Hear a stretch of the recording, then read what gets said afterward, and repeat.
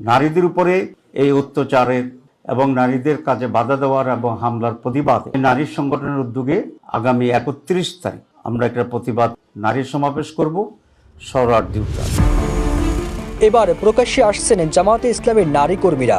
সারা দেশে নারী হেনস্থা, হামলা এবং নির্বাচনী কার্যক্রমে বাধা প্রদান করার প্রতিবাদে ঢাকায় নারী সমাবেশ করার ঘোষণা দিয়েছেন জামাতের নায়েবে আমির ডাক্তার আব্দুল্লাহ মোহাম্মদ তাহের।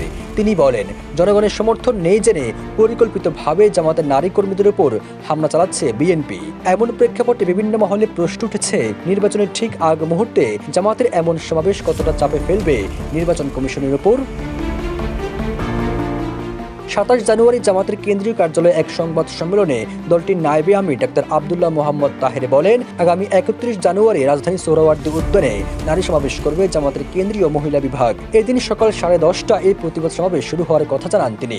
বলেন, এই প্রথমবার আমাদের নারী সংগঠনের কর্মীরা বাধ্য হয়ে প্রকাশ্যে এসে প্রতিবাদ সমাবেশ করবে।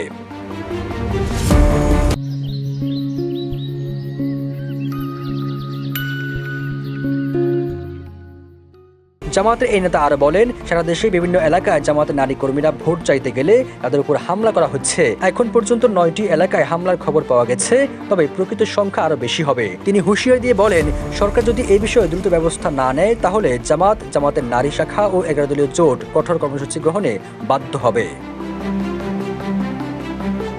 জামাতের নারী কর্মীদের উপর হামলা প্রকাশ্যে হলেও এসব ঘটনা নিয়ে নির্বাচন কমিশন নীরব ভূমিকা পালন করছে, যা জাতিসংঘে বেঈমানি বলেও মন্তব্য করেন তিনি। জামাতের নায়েবে আমির বলেন, এভাবে নারীদের উপর হামলা করলে আগামীতে নারী নেতৃত্ব পিছিয়ে যাবে, যা আন্তর্জাতিকভাবে দেশকে পেছনে ফেলবে। এর আগে নির্বাচনী প্রচারে জামাতে ইসলামের নারী কর্মীদের উপর হামলা করা হচ্ছে বলে অভিযোগ করেন দলটির সহকারী সেক্রেটারি এহসান মাহবুব জুবাইর। এ নিয়ে 26 জানুয়ারি আগারগাঁওয়ে প্রধান নির্বাচন কমিশনার AM নাসির উদ্দিনের সঙ্গে সাক্ষাৎ শেষে তিনি এ অভিযোগ করেন। সবুজ আলম, নিউজ ডেস্ক, ইত্তেফাক।